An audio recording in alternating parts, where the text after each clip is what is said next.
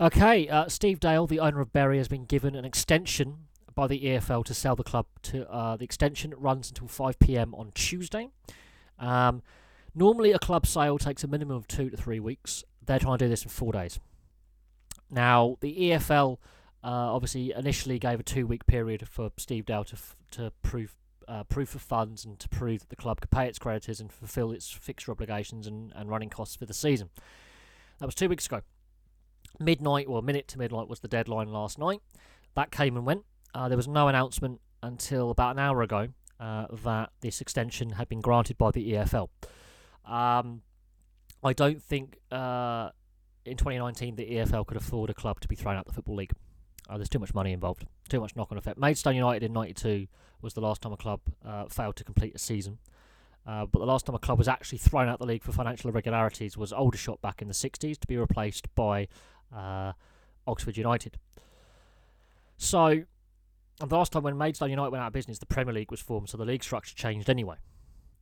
So, it's been a long time, a generation or more. Well, technically 2 generations since, or 3 generations since Accrington went down the pan, and a generation since Maidstone United went down the pan. So this hasn't happened for many fans' lifetime.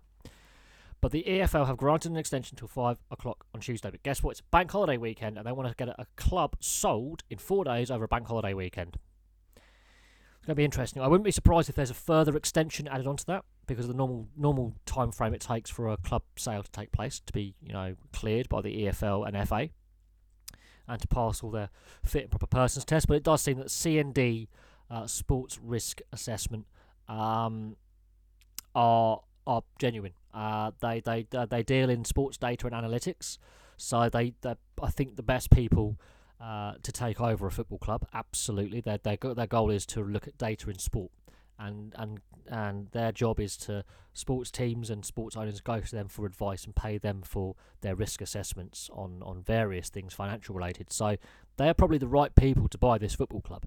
The fact is the EFL were aware of an attempted takeover bid by this same consortium who had shown interest 10 weeks ago.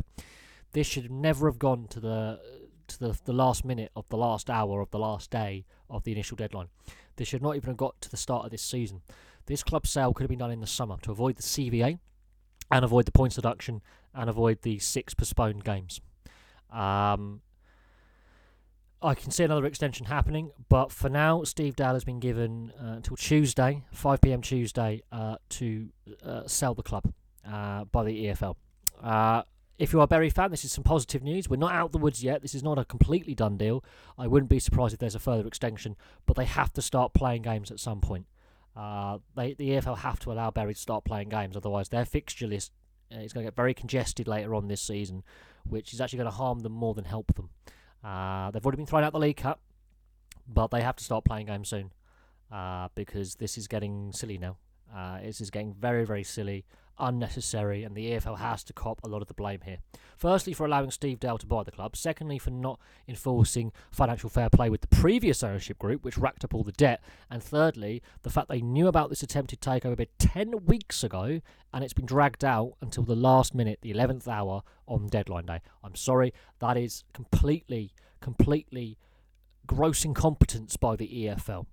And the EFL needs to be investigated for their complete and utter incompetence in this matter, because fans and experts who aren't in the mainstream media are pointing the finger at the EFL, the FA, and to a certain extent the Premier League with the Bolton situation, which is exceptionally similar when it comes to poor governance. And I keep going on about this. There has to be an investigation into the FA, the EFL, and the Premier League for their general poor governance of the sport in this country. This situation was very easily avoided.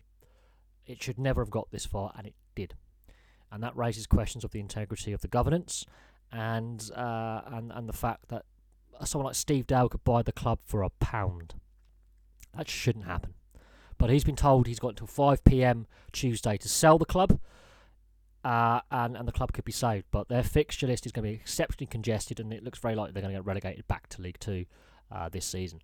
But it looks a lot more likely that they're going to survive in the EFL. The next club to sort out is Bolton. Yeah, the EFL can't seem to run all the clubs out at once. They've got to do it one at a time, it seems. So Coventry have issues with their stadium. Bolton have issues with money and a dodgy takeover deal. and there are allegations of some collusion between the EFL and Bassini. Oh yeah, there's the previous CEO of the EFL has got links to Bassini, and Berry should never have been bought by Steve Dale. This situation was avoidable, completely and utterly avoidable. So we'll see what happens, but they've been given till 5 p.m. Tuesday. Normally a club sale takes 2 to 3 weeks minimum. They're trying to do it 4 days over a bank holiday. So look likely for another extension on the situation. But Bury have to start playing games soon, otherwise this is just pointless virtue signalling. But there we go, we'll leave that there. If you're a Bury fan, place your thoughts below. And if you're a football fan of any club, I want to hear your thoughts as well. The EFL have to be looked into and restructured because the EFL is not fit for purpose. But there we go. Thank you very much for watching, and I'll have some more videos for you very, very soon.